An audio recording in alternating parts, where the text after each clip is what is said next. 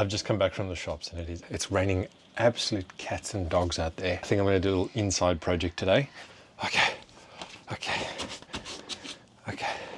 So this is my Lumix camera. This is my big camera. It's not a big camera by camera standards, but it's a big camera by my standards. So it's the biggest sensor camera that I have. But that's not what I'm talking about today. Today I'm talking about this floppy thing here. This is a strap from a chest mount that I've just grabbed and chucked on the camera so that I don't lose it. It's terrible. It's very thin, it's super uncomfortable. While it's raining outside and I'm stuck inside, I'm gonna make a new strap for this camera.